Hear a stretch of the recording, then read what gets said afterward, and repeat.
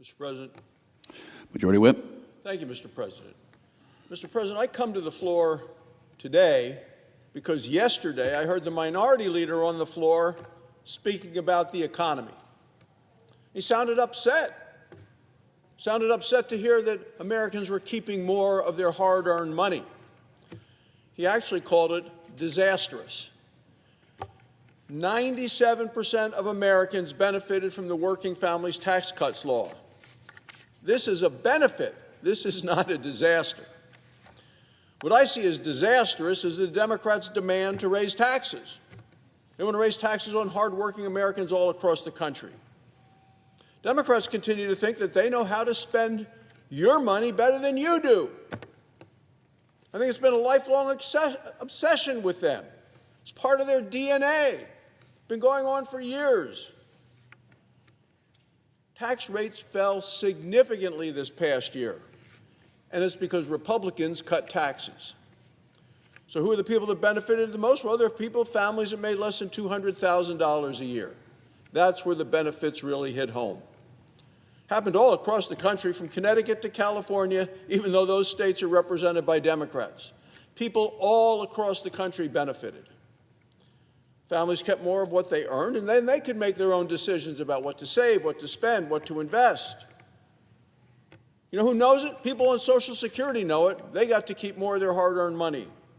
People who work overtime know it because of no tax on overtime. People who work for tips know it because their tips weren't taxed. People understood and felt the improvement. One resident of Nevada recently said, "I received the largest tax return in my entire life this year." Why? No tax on tips. Every single Democrat in this chamber voted against these things. They wanted people who earned top tips to pay more in taxes. Democrats wanted people on Social Security to pay more in taxes. Democrats wanted people who work overtime to pay more in taxes. And that's a defining difference, Mr. President. American people clearly understand this. And American people are tired and sick of seeing their money, their taxpayer money, wasted on fraud, abuse, and corruption, and we're seeing those things across the country.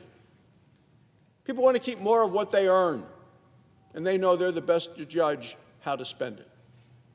That's what Republicans are fighting for. We're going to continue to fighting for that. That's the direction our country is headed. And in November of 2024, people made a clear choice. They chose to vote for Republicans because they wanted America to be safer, stronger, and more prosperous. And we are today. Over the past 18 months, Republicans have upheld that commitment. We've delivered for the American people. We're making sure people keep more of what they earn. More than 60 million Americans benefited from the new tax benefits since Republicans passed the Working Families Tax Cuts law. Let me remind you about the Trump accounts.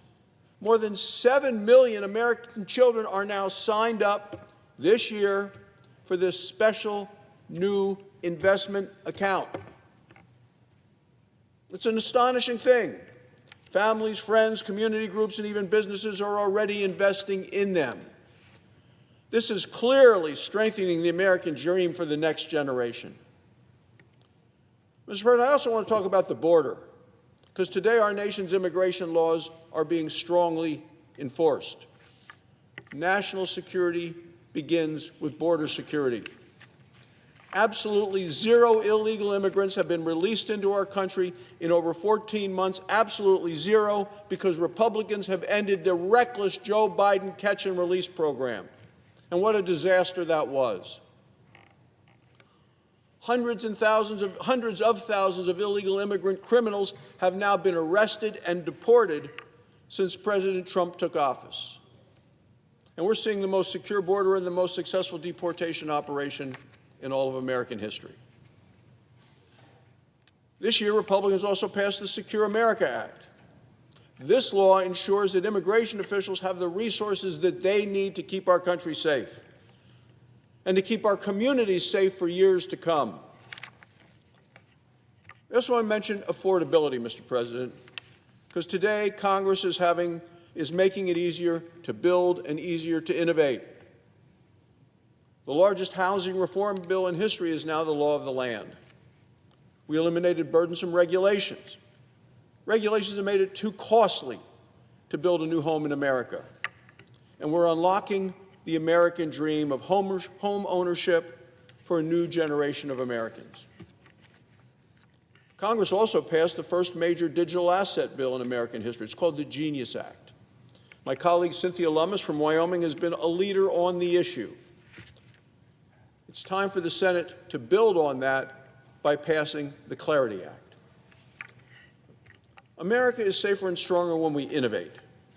I also want to talk about some of the things we're doing here to make sure the President has his team fully in place, and that's confirmations. Today, Republicans are getting the President's team fully in place. Very soon, we will confirm an additional 74 nominees. Well, this will be clearly 600 people confirmed in the second Trump administration. That's 60 more nominees than he had at this point in the first Trump administration. And we've done it in the face of historic obstruction by the Democrats. Now we see these same Democrats are trying to tear down our country, and they're trying it all across the nation. The Democrats' agenda is not for a better America, not for a better future for our children. No, no. It's not even an agenda. It's a manifesto. The Democrats have come up with a manifesto. That's their label for it, not mine. Their label, the Democrats, the manifesto, and I see it as a roadmap to destroy America from people that hate America. When you listen to many of their candidates, it certainly doesn't seem like the thing that most Americans would want to see in their future. These people in their manifesto, it's radical, it's extreme, it's dangerous, it's scary. That's what our nation is facing today. The Democrats, every one of them, wants to raise taxes on American families. The Democrat mantra calls for opening the borders. Their manifesto wants to defund the police. The manifesto wants to abolish prisons. The manifesto wants to release convicted criminals into our communities all across the country. The Democrat manifesto wants to eliminate immigration customs enforcement. Under the extreme Democrat manifesto, the American people would be forced to pay more, earn less, and be less safe and secure. That's what we're facing now, Mr. President. Democrats have turned in from a party of the extremists now to a party of radicals. Republicans are going to continue to be the party of results. That is the choice people are facing. What do you want?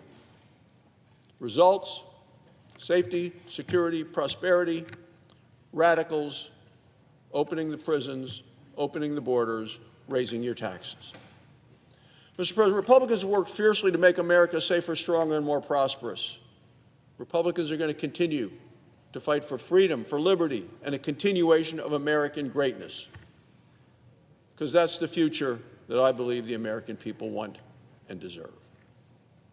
Thank you, Mr. President. I yield the floor. It's just the absence of a quorum. Clerk will call the roll. Ms. Elsa Brooks.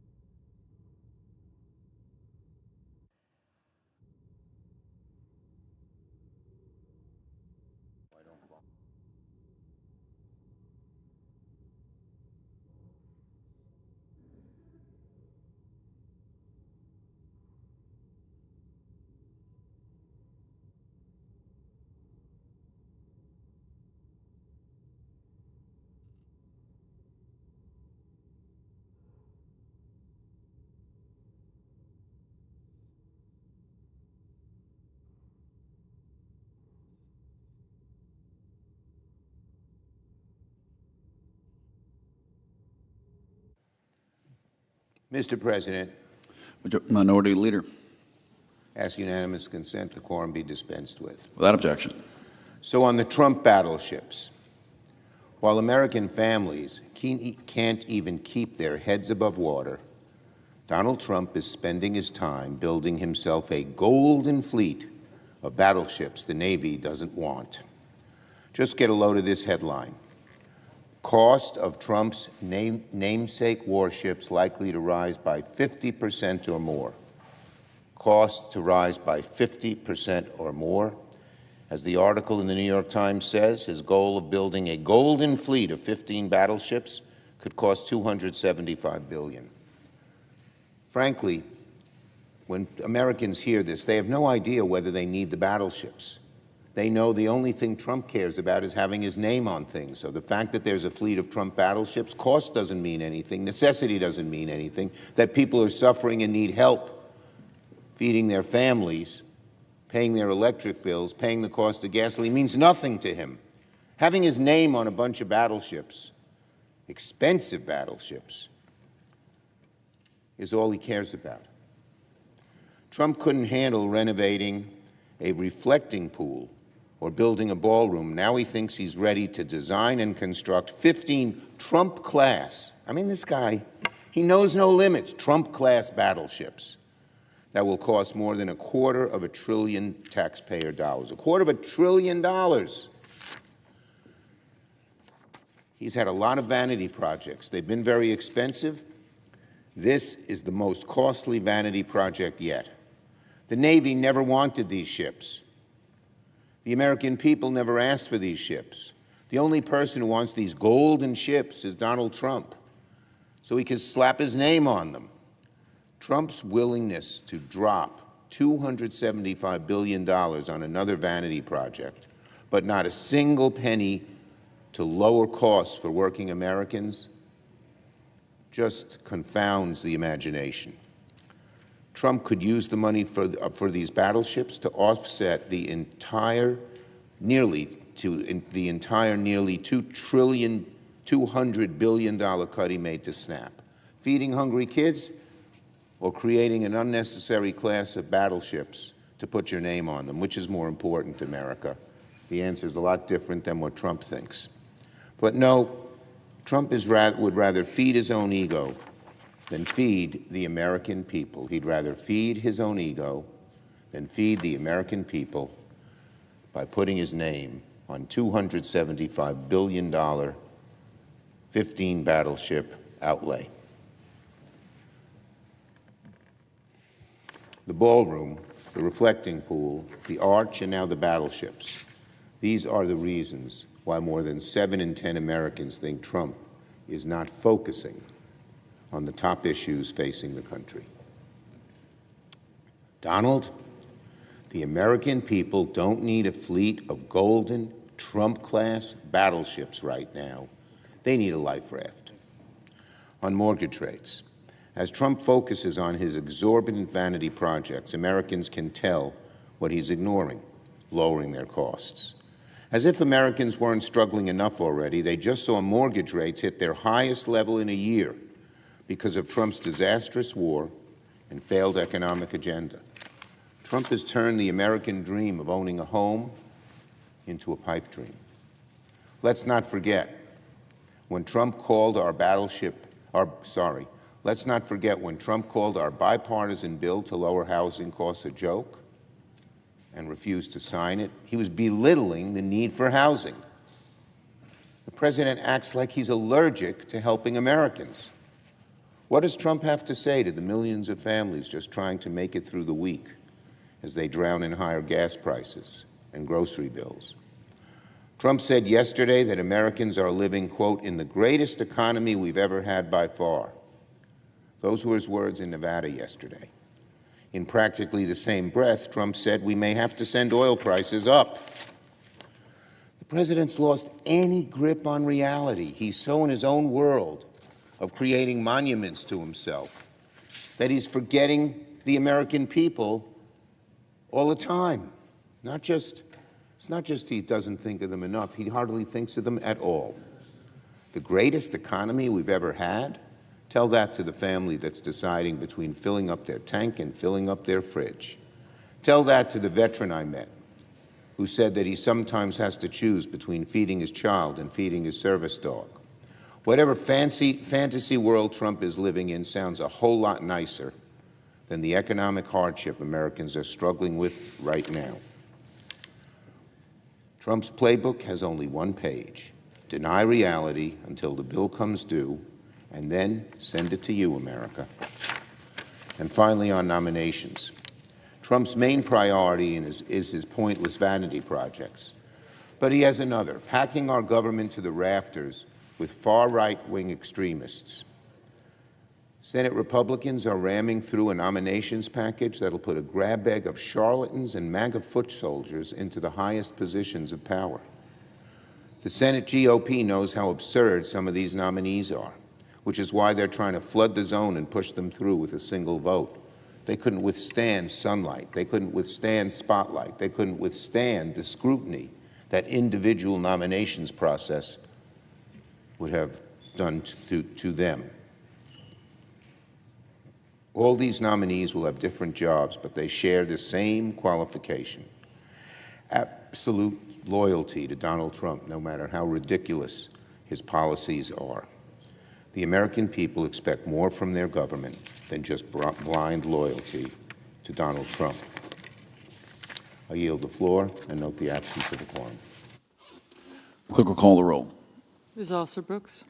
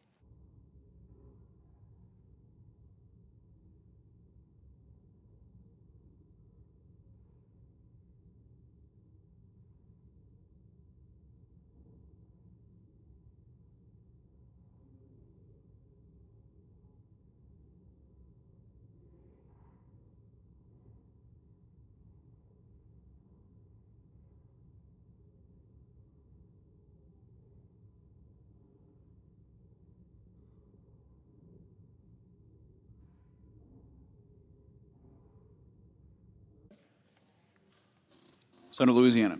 I ask that the quorum call be vitiated. Without objection. Mr. President, I've been told that I am a lousy politician but a good senator. I consider that a compliment. What would happen if everyone in the Senate stopped being a good politician for a moment and strove to be a good senator when it comes to addressing the issue associated with Social Security? Over 70 million Americans depend upon Social Security, and ultimately all Americans will when they reach the age of retirement. Everyone in the Senate and most of the people in the country know that the Social Security system is going insolvent. When that occurs, by law, there'll be a cut, if we wait for 6 years, of 22 to 28%, 22 to 28% cut in benefits for everyone on Social Security and everyone who will be. Now, members of Congress say they care about Social Security. They say they care about the seniors. They care about preserving promised benefits for current retirees and future generations. And we've had a bill before us called the Promise Act by Senator Dick Durbin, my colleague, Democratic senator colleague from Illinois. That would have been a bill that would have set up a commission, if you will, of the Social Security Advisory Board to put forward a proposal. But the House is out of session. That could not pass. And so now I put up a Senate resolution. And we take out the involvement of the Social Security actuaries, and we ask that a group of senators and representatives, Republicans and Democrats, come together over the next 2 months in a process to produce a potential idea. This, what I'm about to propose, is not about a particular solution. This, what I'm about to propose, is about a process by which a solution can be considered, given to the Senate Finance Committee and House Ways and Means for regular order consideration. And then with a time agreement so that there will be, after that consideration by the Senate Finance Committee, in which any member can replace the bill that's brought to them with an amendment in the nature of a substitute.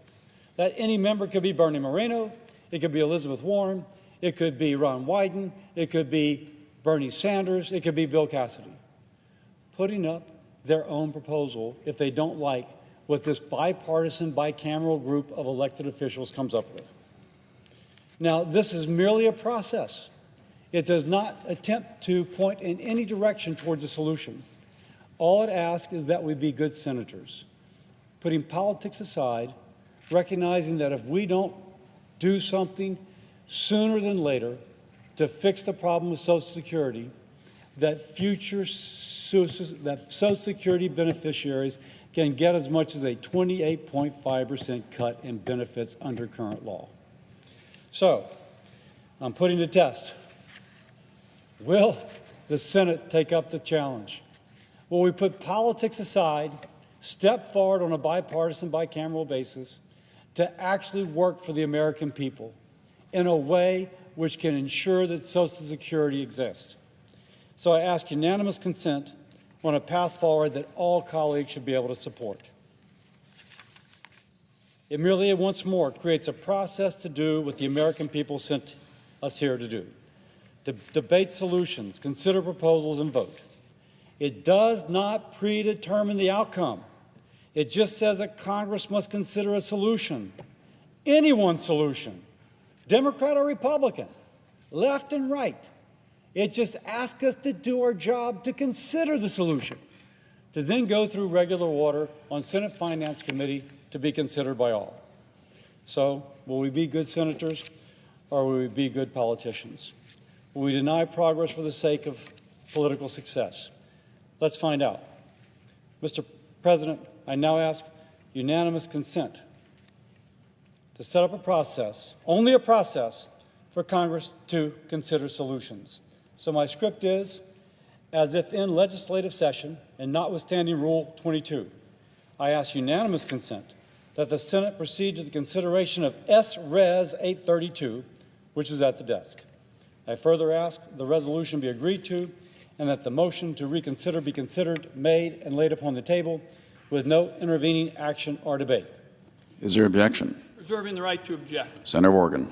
Mr. President, first of all, let me say that for years now, Bill Cassidy and I have worked together in the Finance Committee on health care, trying to find bipartisan common ground, and I just want him to know how much I've appreciated working with him.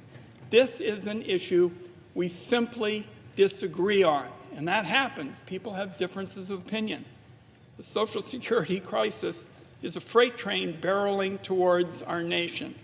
Social Security will be depleted before the end of the next presidential administration. The resolution on offer now claims to be a quick solution to addressing the crisis. Instead, the resolution creates a fast track for Republicans to carry out a long-sought goal of slashing Social Security benefits for retirees and helping billionaires avoid paying their fair share. Each time Republicans get their hands on Social Security, it seems that cuts get made, life gets worse for seniors. Establishing this commission would be a fast track to cutting benefits. The proposal on offer is a Senate-only process. Under the Constitution, bills raising taxes must originate in the House of Representatives. Because of this constitutional requirement, any Senate-only process, like the Cassidy proposal, could not include a tax increase. This means under the Cassidy proposal, billionaires could not be required to contribute. We couldn't increase the payroll tax cap or include any other revenue increase.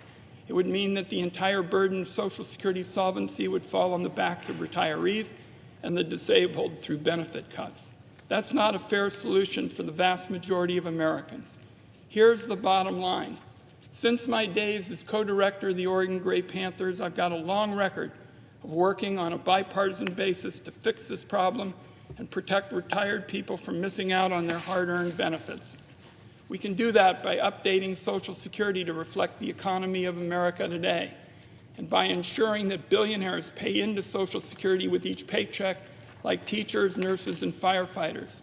Supporting a scheme like this, a fast track to rip away Americans' hard-earned benefits while shutting them out of the debate, is just plain wrong in my judgment. If Republicans had any real interest in wanting to shore up Social Security, they would be putting forth their own ideas and working with Democrats to protect the program rather than to undermine it. Democrats have several concrete proposals to protect and strengthen Americans' earned benefits without raising the retirement age, cost of living haircuts, or means testing the benefits. And it all starts by finally requiring billionaires to pay what they owe, just like the rest of us.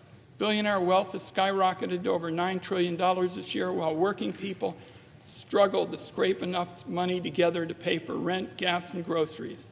This proposal, in my view, is effectively a wolf in sheep's clothing. It does nothing to protect Social Security and instead hands Republicans the key to the castle to start their work of ripping away Americans' hard-earned benefits. For these reasons, I object and I yield the floor. Objection is heard. Mr. President, Senator Louisiana. it grieves my soul that once more politics and political rhetoric trumps that which we need to do for the country. Let me address the nature of the objection. Actually, this is a Senate resolution, but it invites the House to participate. And the Constitution requires that anything raising taxes originates in Ways and Means in the House, and so therefore they have to participate. That is the protection of our Constitution. It is a bipartisan. By the way, this is a bipartisan proposal to set up this process. There is nothing partisan about it. Dick Durbin set up the Promise Act. The House unfortunately left July 23rd, so we could not pass it. This is the best we can do with the House out of session in a bipartisan initiated process. Dick Durbin, who is a senior member of the Democratic caucus, is the one who is my collaborator. And there's nothing in here to cut benefits. That is absurd. It sets up a process by which a solution can be considered. It does not dictate an outcome. And to suggest that what this does today is dictate an outcome is not telling the truth to the American people. There's no fast track here. There's 2 months of open dialogue with the American people. And then it goes to the Senate Finance Committee and to Ways and Means for it to then be considered in regular order. This is basically a time agreement, and time agreements are what we do all the time around here. I agree with updating Social Security, but we're not going to get there if we say every time one side offers it, oh, we can't do it because the other side is angling for advantage. Let's be good senators, not be good politicians. Senator Morgan. Just for a brief minute, you can't originate taxes in the Senate. So what that means is this proposal would give the billionaires a free ride, and I yield back. Mr. President, respond to that. Senator Louisiana. One more time, the resolution invites the House to participate. The resolution says, please, Speaker, please, Minority Leader, appoint people to participate. We recognize that Ways and Means has to originate this bill. I wish we could have passed the Promise Act, but there's objections to passing the Promise Act. which would have had to have been passed by the House as well. So in this, working as well as we can, knowing that Social Security is getting worse and worse by the day, we invite them to participate with the understanding that they could put in whatever they want. The argument of my colleague from Oregon is that we somehow have a solution baked in. That is not true. This is only a process bill. And if the House wants to advance a bill which taxes billionaires, by golly, they can do it. They can do it under this bill. Right now they can't because there's no mechanism for that bill to advance. We are creating a mechanism by which it can advance. And so if you want to tax the billionaires, we create the opportunity. If you want to do nothing, you vote against this bill. And I got limited time left, and I don't feel like sitting back and being a good politician when I should be a good senator. Working to fix Social Security because every day it gets worse, and every day the law-required cut in benefits to beneficiaries increases. It doesn't get better by waiting 2 years. It gets worse. And opposing this resolution is basically turning a blind eye to that deterioration. With that, Mr. President, I yield. Mr. President. Senator Hampshire. Thank you, Mr. President, and I want to thank Senator Cassidy and Senator Wyden for the colloquy we just heard, because we do need to tackle a number of challenges in the Social Security system. The most important job of government is, of course, to keep people safe, and increasingly, some of the most constant threats that Americans face are scams and identity theft. There has been a sharp rise in identity theft and online scams, including the theft of Social Security numbers. Identity theft is more than an annoyance. It can cost people their savings, jeopardize their credit, and more. This is a danger that we need to take seriously. Just as we stopped highwaymen from menacing people on our streets, we similarly must stop the outlaws of the digital age from preying on our people. Unfortunately, even as criminals steal Social Security numbers, their victims, ordinary Americans, feel as if they have no one to turn to for help. It's not as simple as finding a police officer on the corner to retrieve a stolen wallet or purse.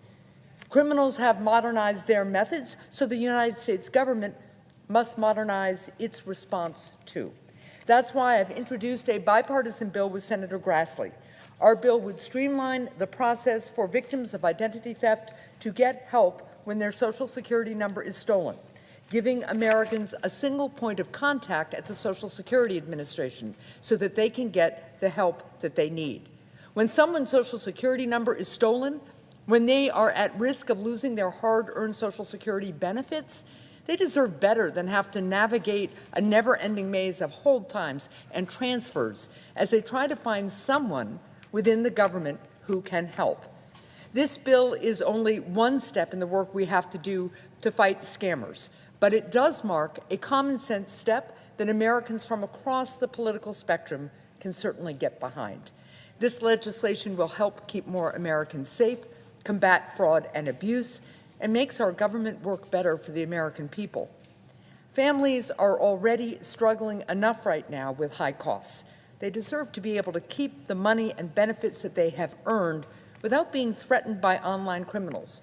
And when they are threatened, they should have access to a straightforward and prompt process to get help.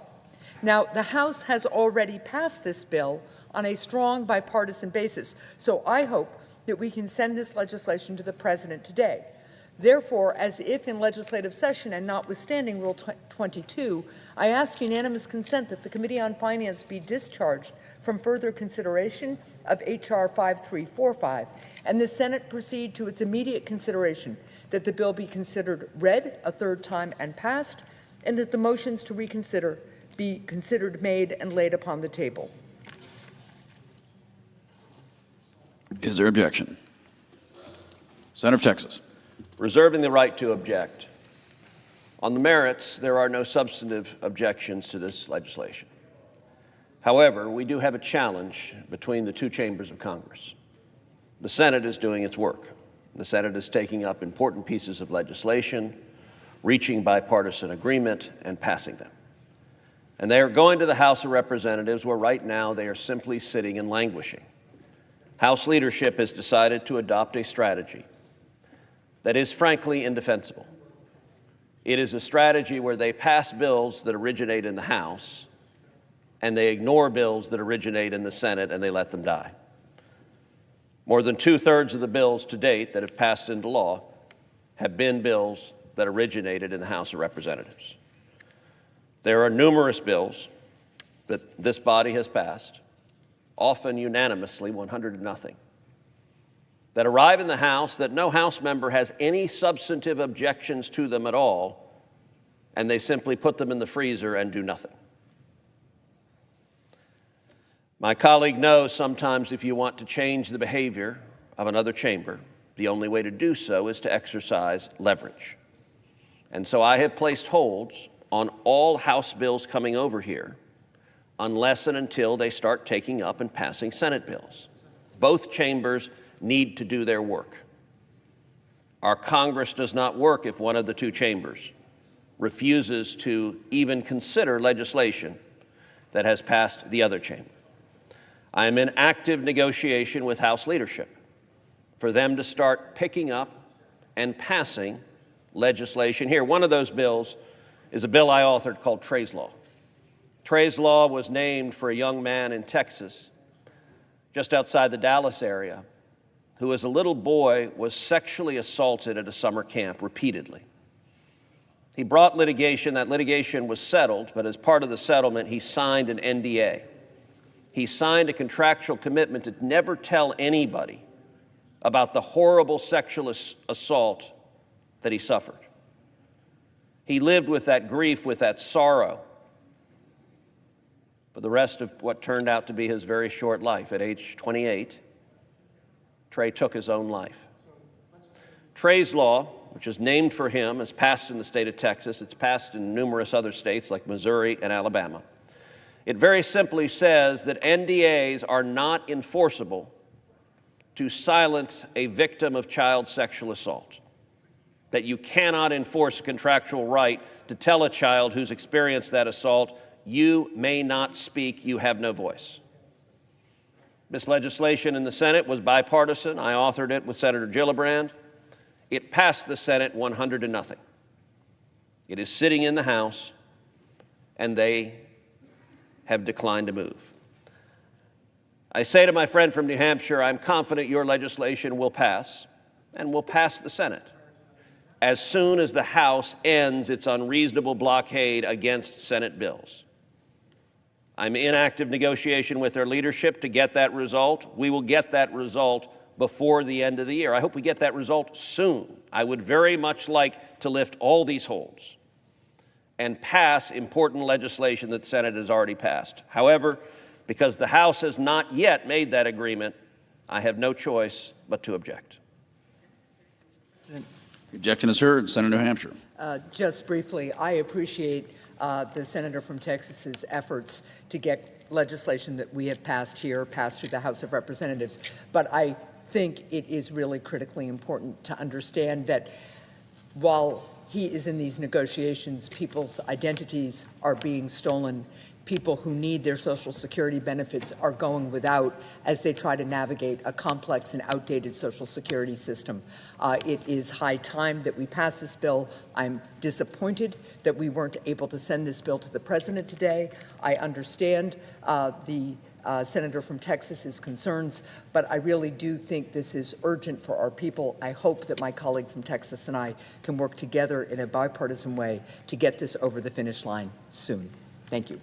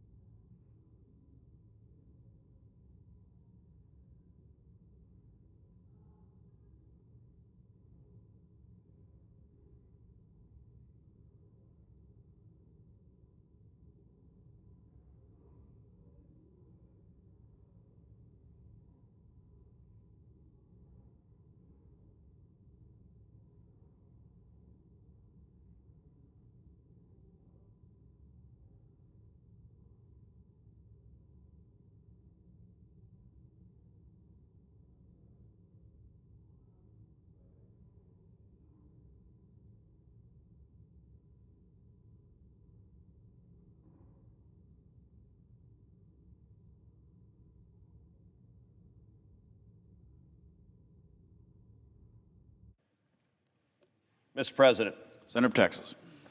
I rise today to speak about the critical need for disaster relief in my home state of Texas, for a Texas community that was devastated by historic wildfires. I will seek to improve the pending Disaster Tax Relief Act being considered by the Senate to address that acute need in Texas.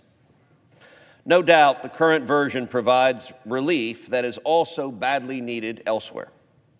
I would like to speak directly to the families of Spokane, Washington, who've lost their homes, their livelihoods, their sense of security. The people of Texas stand with you, and we are profoundly grateful to the firefighters and first responders risking their lives to protect their neighbors. That is a pain families in Texas know all too well. In 2024, Texas witnessed truly horrific wildfires. The Smokehouse Creek fire was the single largest wildfire in the history of the state of Texas. It killed 2 people. It burned more than 1 million acres. It destroyed more than 500 homes and businesses, and it killed approximately 15,000 cattle. The Windy Deuce fire was among the most destructive and fast-moving wildfires ever to strike the Texas Panhandle. It burned more than 140,000 acres. Despite the horror and the destructiveness of these fires, they were not treated as qualified wildfire disasters under federal law. One result is that any relief payments are subject to federal income taxes, which dramatically reduces the scope and effectiveness of the badly needed relief. Victims of other catastrophic wildfires do not incur such penalties on the relief they receive. Disaster relief is important. I am proud to support disaster relief. Americans step in and help their fellow Americans in times of crisis. But disaster relief must be fair. Disaster relief cannot demonstrate favoritism, choosing some recipients as more worthy or luckier than others. My amendment does something very simple. It includes, in this disaster relief bill, the worst wildfire in the history of the state of Texas. On any reasonable argument on the merits, the Texas Panhandle wildfires deserve to be included. I would note also that the score of this provision is, in congressional terms, quite small. $31 million is what this addition costs. In this body, $31 million is a sum that is usually too small even to be written down. Moreover, the House of Representatives, and in particular the chairman of the Ways and Means Committee, is explicitly committed that if and when we add this provision to the disaster bill, that the House in September, when they return, will take it up and pass it. So this is the path, number one, to passing this disaster bill, which I very much want to do, but number two, to doing so in a way that does not unfairly leave out the Texans, the victims of the largest wildfire in the history of Texas. We've got to do both. And so I will now propound a unanimous consent request to take up and pass my amendment to the Doug LaMalfa Federal Disaster Relief Tax Act to designate the Smokehouse Creek fire and the Windy Deuce fire as qualified wildfire disasters, ensuring that relief payments to those affected receive the same federal tax treatment as victims of other qualifying wildfires. I urge my colleagues to pass this common sense amendment today so that Texans receive the same treatment as other victims of wildfires. And I would note that if my colleagues choose not to accept the amendment, the alternative is going to be that nothing passes. That's not an alternative that is good for anybody. And so my hope is that common sense will prevail. Mr. President, As if in legislative session, and notwithstanding Rule 22, I ask unanimous consent that the Finance Committee be discharged from further consideration of H.R. 5366 and the Senate proceed to its immediate consideration. I further ask that the Cruz amendment at the desk be considered and agreed to. The bill as amended be considered read a third time and passed, and that the motions to reconsider be considered made and laid upon the table. Is there objection? Reserving the right to object. Senator Organ. Mr. President, earlier this week, my home state set a new devastating record. Over 2 million acres in Oregon have burned in wildfires across our state this summer. That's the most in recorded history, with 2 more months of fire season to go. Thousands of Oregonians have been under evacuation orders or are preparing to be. Our whole state is blanketed in thick smoke, making for some of the worst air quality in the world. Many have lost their homes, their livestock, their businesses, and livelihoods. When you lose your home in a wildfire, the last thing you should be worried about is being hit by a massive tax bill. The bipartisan disaster relief bill being considered on the floor today would give the people of my state affected by these blazes some peace of mind. It would lift a massive tax burden and deliver financial relief to every American impacted by a federally declared natural disaster. It's going to get rid of a totally unfair tax on settlement payments and ensure disaster victims can deduct losses after disasters. This is an issue the Republicans created under Donald Trump in 2017. But Senator Cruz's amendment would derail a bipartisan proposal entirely. His amendment threatens the lifeline assistance in this bill for Americans that lose their home during a natural disaster. The senator from Texas has repeatedly opposed funding for federally declared disasters like Hurricane Sandy. Now, he comes to the floor to hold a bill hostage in order to send money to his state for his own priorities, while Donald Trump holds up disaster funding for Oregon wildfire victims. The House has already passed this bill that was negotiated on a bipartisan basis. Now, the Senate must do its job, and that's why I'm offering up this version of legislation that has already passed through the House. So, Mr. President, therefore I ask the senator to modify his request so that the Finance Committee be discharged from further consideration of H.R. 5366 and the Senate proceed to its immediate consideration. Further, that the bill be considered read a third time and passed, and that the motion to reconsider be considered made and laid upon the table. Is there objection to the modification? Reserving the right to object. Senator of Texas. I would note that I agree with virtually every word that was said from the senator from Oregon. I agree that this tax treatment, taxing someone on a disaster relief, on a settlement from, say, the power company that caused the fire department, giving someone a big tax bill for that relief that they are entitled to, it is unfair. It is wrong. I am enthusiastic about passing this bill and passing it now. What I'm not enthusiastic about is leaving thousands of Texans out. Because just like the citizens of Oregon who suffered devastating losses, just like the citizens of California, just like the citizens of Washington State who suffered devastating losses, there were also thousands upon thousands of Texans who suffered devastating losses. And my proposal is very simple. Let's be fair. Let's not exclude the Texans.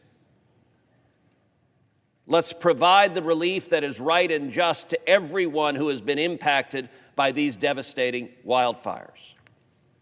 I will point out also, the senator from Oregon said there's an urgency to pass this. I want you to understand that everyone watching, there are two paths that we can go down. One path is when I decline to make this modification, the senator from Oregon could say nothing. Could just be quiet. And then the presiding officer would say, no objection is heard, and this bill would pass the Senate, with Texans included, so it would be fair. It would not be excluding people who are similarly situated. It would be treating everyone fairly, and it would go to the House. The House will be back in September, And we have a commitment from the chairman of the Ways and Means Committee, the committee that has jurisdiction over this, to take this up and pass it. So, if the senator from Oregon chooses simply to say nothing, this bill moves on its way, and it is substantially closer to being signed into law and giving actual relief to the victims of these wildfires. However, the other path, and folks in the gallery should listen for 2 words. The senator from Oregon says, "I object." What will happen is the bill dies. It doesn't pass. The victims in Texas get no relief. The victims in Oregon get no relief. The victims in California get no relief. The victims in Washington State get no relief. I don't understand why that's a good outcome. I think that's a terrible outcome. But the senator from Oregon has complete control over which of those 2 paths we go down. I will not modify my request. Objection to the modification is heard. Is there objection to the original request? Senator of California. Thank you, Mr. President. Colleagues, this disaster tax bill, includes important bipartisan legislation that I introduced with Senators Lummis, Wyden, and Sheehy to extend a critical tax provision for disaster survivors that we enacted into law last Congress. 2 years ago, my Protect Innocent Victims of Taxation After Fire Act made an important update to our tax code. It made sure that individuals, families, and entire communities who suffered from utility-caused wildfires received the full compensation that they were awarded in court to rebuild their lives. But unfortunately, every year, more devastating disasters take place. And so Congress must extend the same important financial protection to survivors of more recent wildfires. That's what the House-passed version of the bill would do. Now, to be clear, disaster settlement funds are not income. They're not a financial windfall. They're certainly not winning the lottery. What they are is compensation, partial compensation in most cases for what's been lost. They're meant to give survivors an opportunity to begin to rebuild not just their homes, but their lives. And this bill is not just for my constituents in California that have been impacted by the Eaton and Palisades fire a year and a half ago. It's also for those victims in Oregon and Hawaii and other communities across the country that have experienced similar disasters. Now, our bill would ensure that all recent wildfire victims throughout the country have access to the full value of their settlement without any unfair tax burden. It's common sense, and it's a bipartisan solution to protect Americans at the most difficult time of their lives. And so we should pass this legislation now. Let's not keep survivors waiting, worrying, and wondering about their financial future any longer. I want to thank Senators Lummis, Wyden, and Sheehy for their partnership, as well as my colleague, Representative Mike Thompson in the House, for his steadfast leadership on this issue. I also want to recognize that the late Representative Doug LaMalfa was such a critical part of this effort. The House fittingly named this bill in his honor because it reflects the tireless leadership he brought to these issues impacting disaster-stricken communities throughout his career. He and I first served together in the California State Senate, and then again here, him in the House, me in the Senate. I would urge all of our colleagues to support the House-passed version of the measure and allow survivors to begin to rebuild their lives without unnecessary fear or delay. Thank you, Mr. President. Is there objection to the original request? I object to the Cruz request, and I want to take note of the floor right now because our proposal has bipartisan support on the floor this morning. In other words, we're talking about who's been trying to bring people together and the like. Our proposal on this floor, the senator from Florida, the senator from California, the senator from Oregon, a bipartisan proposal. The senator from Texas is not on the floor. with bipartisan support. I hope that he'll work with us over the course of the morning to get this worked out, and that's why I object to the Cruz proposal, and I object again. The objection is heard.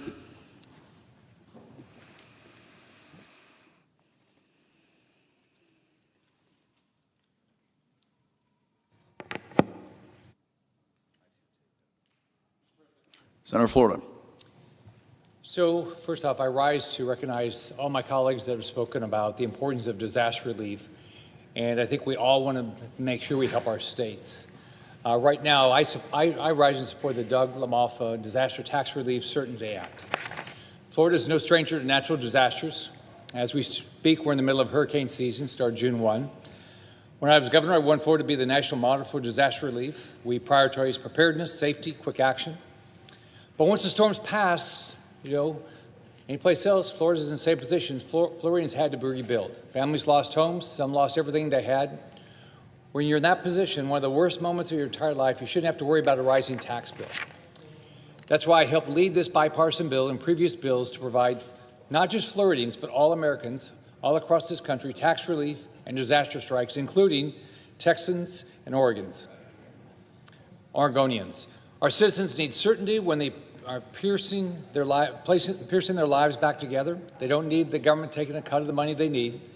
This bill just gives them certainty of necessary tax relief to victims of natural disasters so they can focus on getting back on track and not worrying about the IRS. This bill is very critical to my state. It's also more about hurricanes. This bill is not just about hurricanes. This bill helps families affected by all natural disasters. It includes wildfires, tornadoes, earthquakes, any other scenario that can be declared a federal disaster. It's good for the entire country. It's a bipartisan bill, and it's a tribute to Doug LaMalfa, who passed away earlier this year. This passed the House unanimously earlier this year, so if we pass this today, it will become law. Americans don't need extra worries when the worst happens, and we shouldn't be an obstacle to their recovery.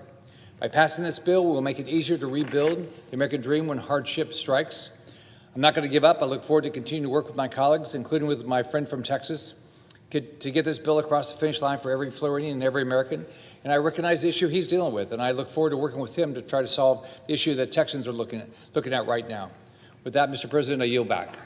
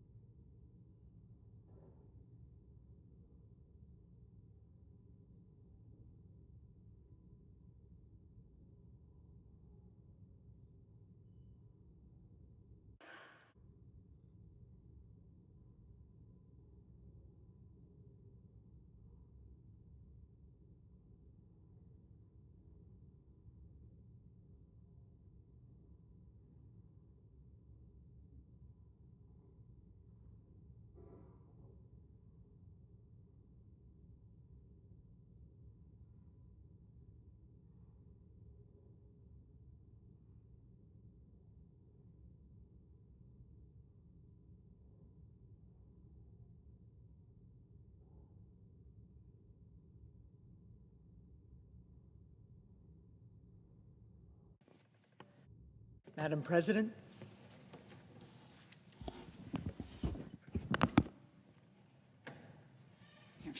Senator from New Hampshire. thank you, Madam President. I rise today to speak about a broken promise, a promise that the President made to the country when he took office. Time and again, the President promised that, quote, starting on day one, close quote, of his administration, he would end inflation, his words. A year and a half into his term, it is clear that the President not only has broken his word, but that he disdains the very notion that he should even try to make good on his pledge. Now, for the vast majority of Americans, of all ages and walks of life, of all political stripes, costs aren't a partisan thing. And it is simply clear. It costs more to be an American with Donald Trump as president. Part of why I'm speaking today is because, as a new Joint Economic Committee minority report details, American life has become more expensive under this administration. As of June, in my home state of New Hampshire, the average Granite State family has had to pay an additional $4,400 for goods and services since President Trump took office. This toll is exacted from virtually every part of everyday life.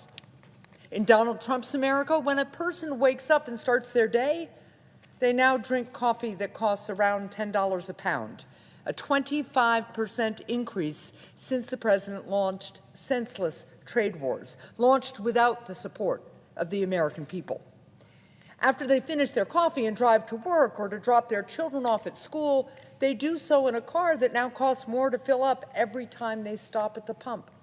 Each Granite State family has spent $596 more on gas, in fact, since President Trump launched his reckless, illegal war against Iran, a war he launched without a plan to win. Now, let's say our typical American has a doctor's appointment that day. Assuming that they are able to afford health insurance, they will receive care covered by a plan whose premiums rose as much as 50% under President Trump. Why? Because the president let Affordable Care Act insurance premiums surge. And at the end of the day, the average Granite Stater returns to a house or apartment that is also more expensive, as families in our state have so far spent $1,108 more on rent or mortgage payments since President Trump started his term, all because the president refuses to address our country's housing crisis. And after my constituent gets home and goes to pick up her mail, she opens another electric bill. Electricity has gotten so expensive that people in New Hampshire have had to pay $194 more so far this year than last year because the president caused a worldwide energy crisis and canceled clean energy projects. Next on the list, my constituent goes into the kitchen to make dinner where, you guessed it, the ingredients cost more than they did before Trump took office. Granite Staters paid $310 more for groceries last year than they did the year before. So what has been the cost of the Trump presidency? A presidency where food, health care, gas, rent, and more have all become more expensive? The cost can be summed up by the figures in this report, but it can also be put more simply. For many in our country, the cost has been nothing less than seeing their chance at the American dream fade before their very eyes. A year and a half into his presidency, my Republican colleagues are making excuse after excuse for the president's failure to address the American people's basic needs. They need to stop. Stop trying to advance the fiction that the president cares about lowering costs, or perhaps is trying to lower costs but's getting some bad counsel from his advisors.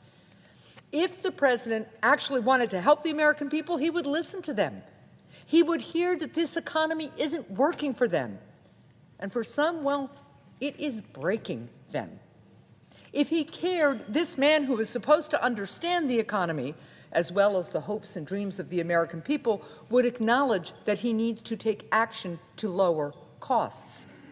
And even if he doesn't care, if this president believed that in America, presidents are accountable to the American people, he'd be working to make life more affordable. But this president neither cares nor thinks he is accountable to anyone other than himself and perhaps his billionaire backers. Just consider he has attacked and dismissed anyone who says that there's a problem at all. He's called inflation a hoax and dismissed the cost of living crisis as, his words, made up. He says this despite the fact that virtually every American of every political perspective, at least those who live outside the splendor of Mar-a-Lago, know that American life has become more expensive under President Trump.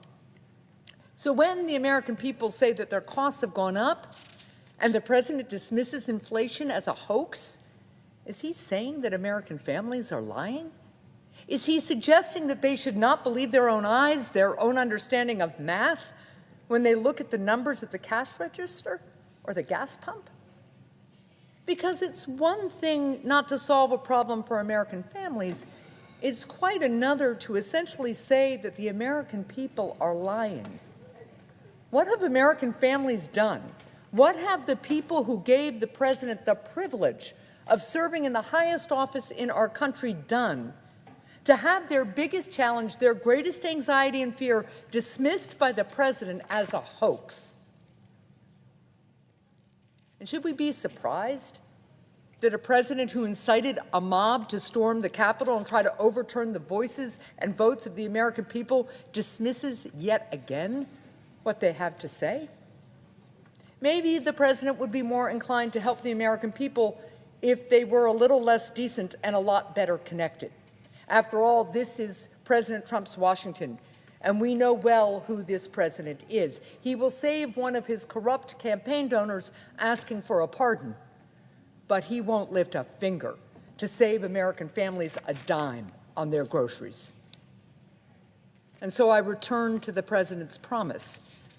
When he sought our country's highest office yet again, Donald Trump told the American people to put aside his corruption, his self-dealing, his poor character, his willingness to fan the flames of division and extremism, to forget the way he disrespects our veterans. He wanted us to even forget the attack on this chamber, to forget the scars of the Capitol police officers, forget all of this and more, because he said he would bring down costs. And now he is dismissive and contemptuous of anyone who asks him to make good on his pledge. He even undermines my Republican colleagues when they do try in good faith to lower costs. He actually threatened to block a bipartisan bill to bring down the cost of housing, a law that we were eventually able to pass. Now, Donald Trump has made himself very, very clear. His presidency will be defined not by lowering costs for families, but by raising monuments to himself. It doesn't have to be this way. The American people right now want an American dream that they can afford, a dream that doesn't belong just to a privileged few, a dream that's bigger than self-dealing, kickbacks, and self-enrichment schemes in the gilded rooms of Mar-a-Lago. The dreams of the American people aren't focused on golden luxury trappings. Their dreams are less gilded than all of that, but they are also far more noble. Americans want their children to live better lives than they did, with quality, affordable health care that can help them rest easier at night, a decent education for their children, a place to build not a gilded ballroom, but a home. A home in a country where we don't live fearing one another, divided over politics, but instead united as freedom-loving Americans who know that we're lucky to live in the greatest country on earth, who love this country too much to ever hate our fellow Americans, and who won't let the miracle of self-government die, not in the service of one man's ego, not for anything. The American people want an America that is as good as this nation's promise. They deserve a president whose word is as good as our people. Thank you, Madam President. I yield the floor.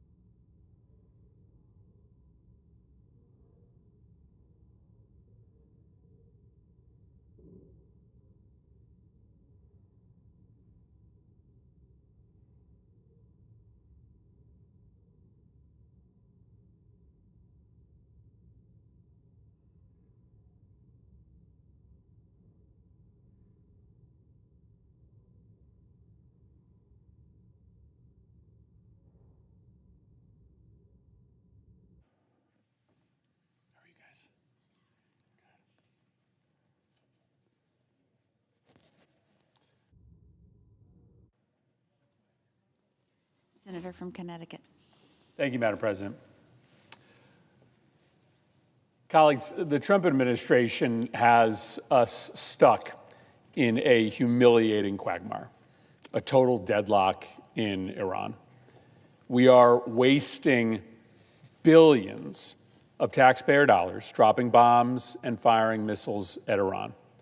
Iran responds with escalation. They keep the strait closed. They attack our bases. They attack our allies in the region. The war just expands and expands and expands.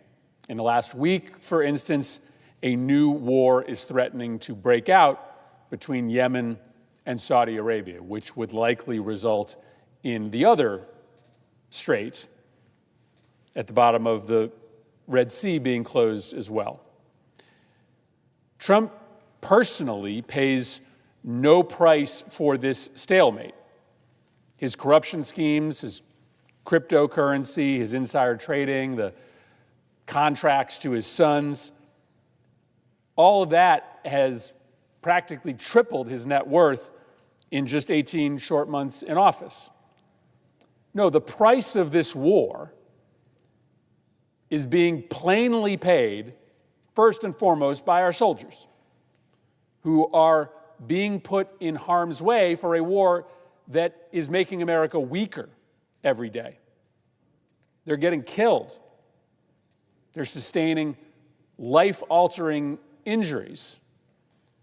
Many of our soldiers and sailors and airmen have been in the region far past their scheduled deployment.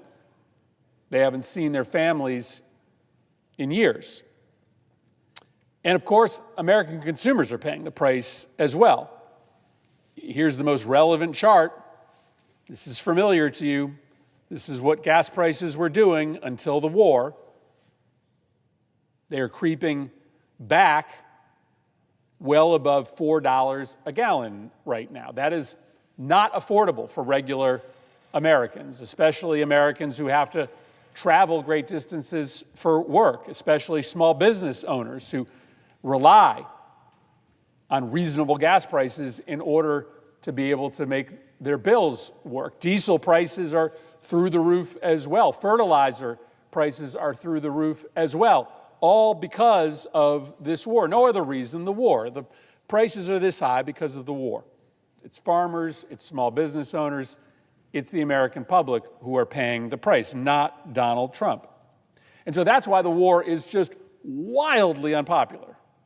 Like, except for Trump's sort of hardline supporters, the folks who just don't believe he can ever do anything wrong, nobody wants this war. If you're in a red state or a blue state, this war is deeply unpopular because the American public are smart. They're smarter than a lot of my colleagues give them credit for. They know that a war with Iran is unwinnable. They don't want America stuck again in a quagmire, a stalemate in the Middle East. So how does Trump handle this? A deeply unpopular war, a war that he is losing, a war that is driving up prices for the American public. Well, this is how he handles it. He gaslights. He tells lies. And the essential gaslight is that the war is about to end. Don't worry. Yes, it appears that there is no end. It appears that you're going to have to continue to pay these prices forever. It appears that America has no end game, but don't worry, the war is about to end. And so I just want to go through this pattern for you because it is really important to talk about the fact that the White House is just not being straight with the American public about what's going on in this war. Over and over again, the president declares that the war is about to be over. He's not telling the truth. He normally declares that the war is about to be over on Sunday night or Monday morning, right before the markets open.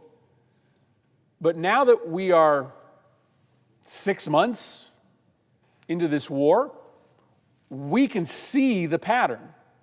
Let me go through it with you quickly. On March 23rd, Trump announces a deal. I'm just going to give you his quotes here. These are his words. He says, the United States of America and the country of Iran have had over the last 2 days very good and productive conversations regarding a complete and total resolution of our hostilities in the Middle East. The market impact is immediate. That post sends oil prices tumbling nearly 11%, but there is no deal. He just made it up. 2 days later, the United States military is back to conducting strikes. Quote, the U.S. Abraham Lincoln continues flight operations against military targets in Iran while sailing in regional waters. On March 30th, Trump announces another deal. This is Monday morning, right before the markets open. He says the United States of America is in serious discussions with a new and more reasonable regime to end our military operations in Iran. Great progress has been made. 1 week later, there's no deal. The opposite. 1 week later, Trump posts that he's going to wipe out the entire civilization of Iran. A whole civilization will die tonight, he posts, never to be brought back again. That's a war crime. The president is promising to kill millions of civilians. He tries to dial it back. But later on that same day, he's back to announcing a deal. Literally, I'm going to wipe out a whole civilization that morning.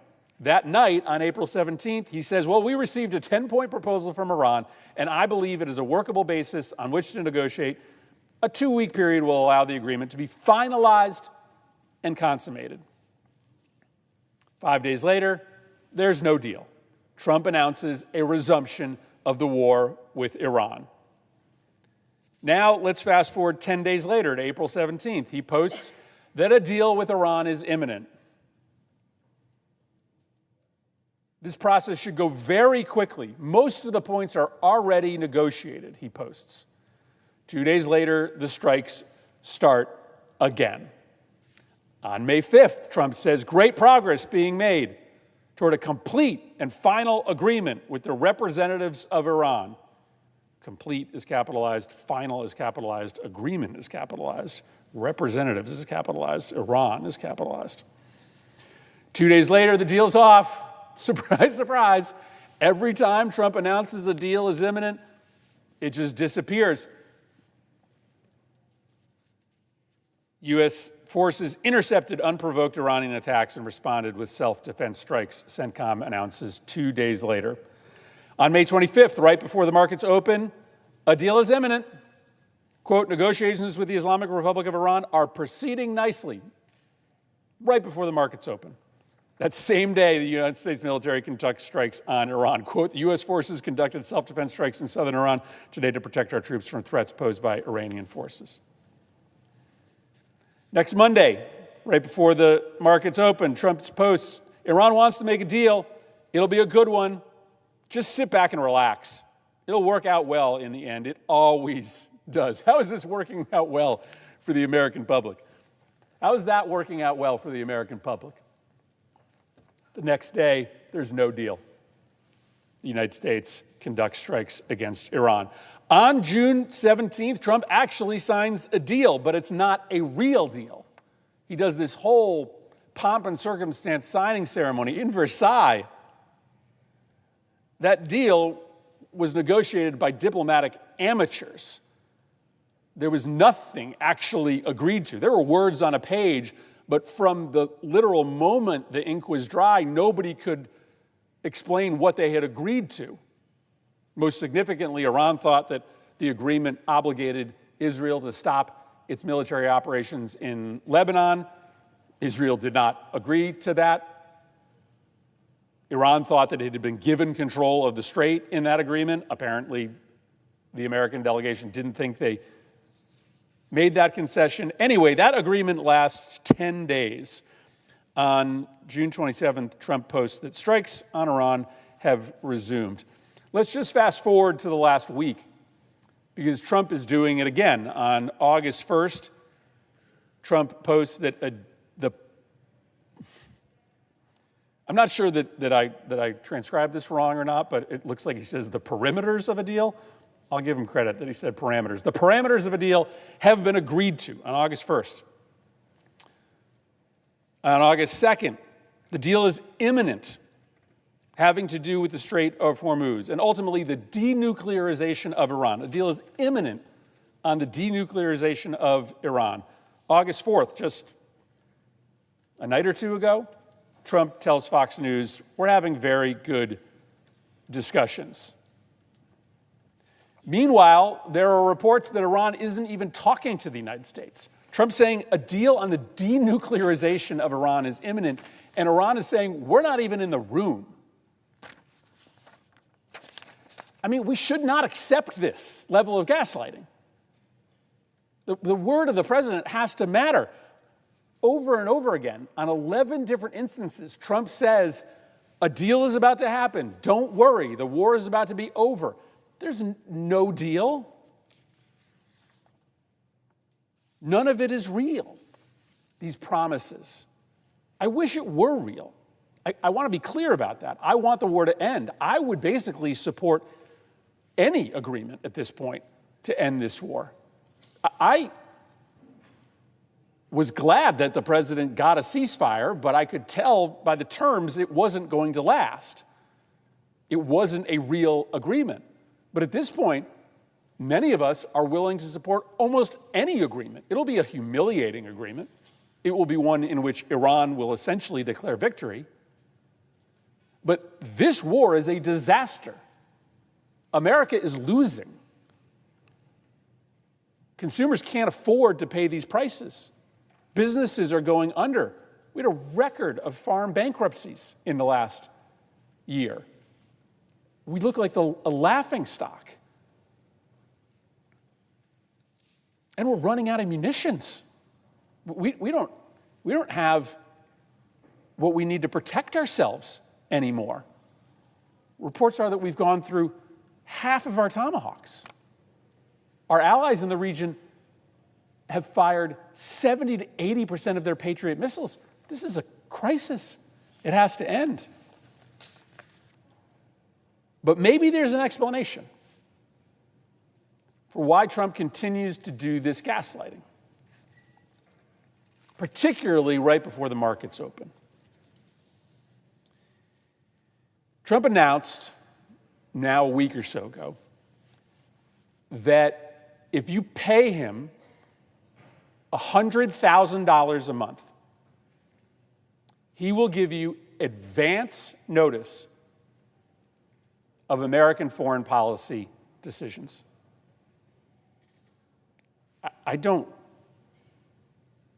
understand why that is acceptable to anybody in this chamber. If you pay Donald Trump $100,000, he will give you advance notice of America's foreign policy decisions. If we are about to sign a peace treaty and you give him $100,000 a month, he will give you advance notice of that. If strikes are going to resume against Iran, if you pay him $100,000 a month, he will give you advance notice of that. That is a subscription service for insider trading. And it is unquestionably lucrative. On August 1st, Trump posts that a deal is imminent. Remember, people still take him seriously. Not everybody knows about this history of gaslighting. On August 1st, Trump says a deal is imminent, and the market impact is immediate. Oil prices fall by 5% right as the markets open. The next day, right before the markets open, Trump says again, the deal is imminent. Another 5% drop. And so you see how his statements move the market. And you can see how if you get advance notice of those statements, even by a few seconds, you can capitalize on that market movement. If you know that if Trump says a deal is imminent and the markets are going to move 5%, and you pay $100,000 to Donald Trump to get that information early, you can make a boatload of money. And so maybe the war continues because Trump has found a way to monetize the war in a disgustingly corrupt way. I get that at some point we become immune to all of this. But can any of my Republican colleagues defend the president selling announcements from the White House for $100,000 a month in the middle of a war? Is any Republican senator willing to come down to this floor and defend the President of the United States setting up a subscription service for public policy announcements from the White House so as to advantage certain players in the marketplace who are willing to pay that amount of money? Of course not. And if you know in your heart that it is corrupt, that it is wrong, then you should say something about it. Because the war might be continuing, not just because of incompetence, but because the president has found a way to make money. More people are going to pay him $100,000 for these announcements in the middle of a war. Frankly, people would be willing to pay it absent a war, but he'll make more money during a war because his announcements clearly move the market in the middle of a very complicated conflict where the decisions of the United States government immediately change oil markets. The reason that this war is dragging on endlessly, it does matter. And my colleagues should care about Trump's insider trading subscription scheme. It's just so discouraging that nobody on the other side of the aisle says anything about this, when the credibility of the White House and of our country is just getting destroyed and sullied. But my Republican colleagues should also care that the war is being waged with a level of embarrassing incompetence that is making America weaker, that's getting us nowhere. This body works best when the president's party stands up to him and says, enough, whether it's corruption or incompetence. That's what President Johnson's party did during the Vietnam War. It is actually what the Democratic Party did with President Obama during the late stages of the Afghanistan war, when many of us decided that America had to withdraw and opposed President Obama's party. It's what many of us did here during the early stages of the war in Yemen, that President Obama was bringing the American military into, and many of us opposed it. Got up on this floor, explained why we opposed it. Republicans can do that too. You can say this war has to end.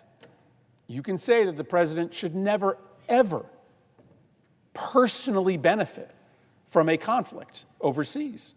You can say that the president of the United States should not sell access to White House statements. It would make a big difference for our democracy and for the American people who are paying through the nose for the costs of this war if you did. I yield the floor.